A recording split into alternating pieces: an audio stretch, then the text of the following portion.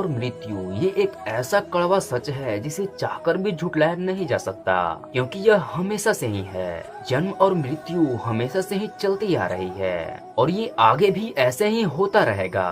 दोस्तों, जन्म और मृत्यु एक ही सिक्के के दो पहलू हैं। कहते हैं कि आत्मा जब एक बार जिस शरीर को छोड़ देती है उसमें पुनः प्रवेश नहीं करती, वह अपने लिए एक नए शरीर की तलाश करती है। इसीलिए मृत्यु के बाद वापस लौट आना यह किसी के लिए संभव नहीं है, यह प्रकृति के नियम के खिलाफ है। लेकिन दोस्तों, ईश्वर के चमत्कार के आगे प्रकृति के नियम को भी झुकना पड़ता है। जन्म और मृत्यु इन दोनों पर ईश्वर का अधिकार है और ईश्वर चाहे तो प्रकृति के इस नियम को जैसे चाहे वैसे बदल सकता है। जिसे चाहे उसे वह पल भर में मृत्यु दे सकता है और ठीक उसी तरह पल भर में ही मृत्यु को प्राप्त हुए जीव को जीवन दान दे सकता है।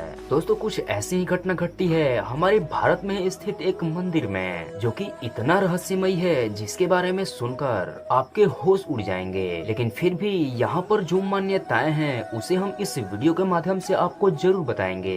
बस दोस्तों, आपसे रिक्वेस्ट है कि आप इस वीडियो के अंत तक बने रहिए। तो चलिए शुरू करते हैं।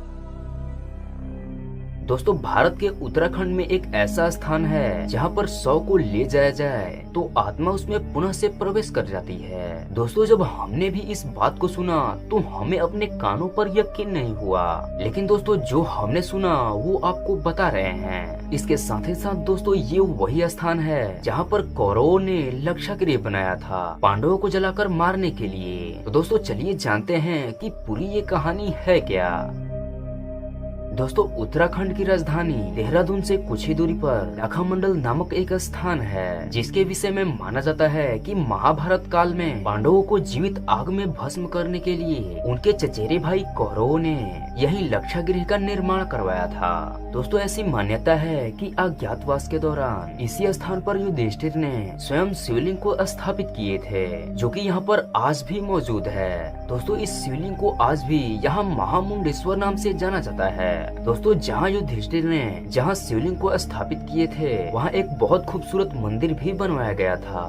दोस्तों, मंदिर के पिछली दिशा में दो द्वारपाल पहरेदार की तरह खड़े नजर आते हैं। दोस्तों, ऐसी मान्यता है कि अगर किसी शव को अगर इन द्वारपालों के सामने रख दिया जाता है और जब मंदिर के पुजारी पवित्र जल छिड़कते थे तो वह मृत व्यक्ति कुछ समय के लिए पुनः जीवित हो जाता था। जीवित होने के बाद वह भगवान का नाम लेता था और उसे गंगा जल प्रदान किया जाता था। गंगा जल ग्रहण करने के बाद फिर से शरीर त्याग करके वैकुंठ धाम को प्राप्त होती थी। लेकिन दोस्तों, यहाँ सबसे आश्चर्य की तो बात ये है कि इस मंदिर के पीछे जो दो द्वारपाल मौजूद हैं, उनमें से एक का हाथ कटा हुआ है। अब ऐसा क्यों है, ये बात आज तक एक रहस्य बना हुआ है। इन सभी मान्यताओं के अलावा इस मंदिर की एक और भी महिमा है। दोस्तों, इसके बारे में बहुत ही कम लोग जानते हैं। महामंडलेश्वर शिवलिंग के विषय में माना जाता है कि जो भी स्त्री पुत्र प्राप्ति के उद्देश्य से महाशिवरात्रि के रात मंदिर के मुख्य द्वार पर बैठकर शिवालय के दीपक को एकटक निहारते हुए शिव मंत्र का जाप करती है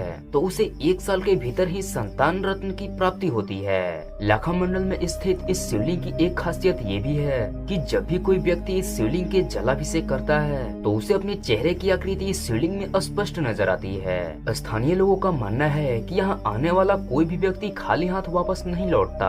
भोले बाबा अपने दर पर आने वाले भक्तों की हर मनोकामनाएं अवश्य पूर्ण करते हैं। यहाँ पर आकर भगवान शिव का आराधना करने से समस्त पापों का नाश होता है। दोस्तों, अगर आप भी लाखामंडल मंदिर के दर्शन किए हैं तो अपना अनुभव हमसे जरूर शेयर कीजिएगा। दोस्तों, ये वीडियो आप सभी को कैसा लगा हमें कमेंट बॉक्स के माध्यम से जरूर लिखिएगा।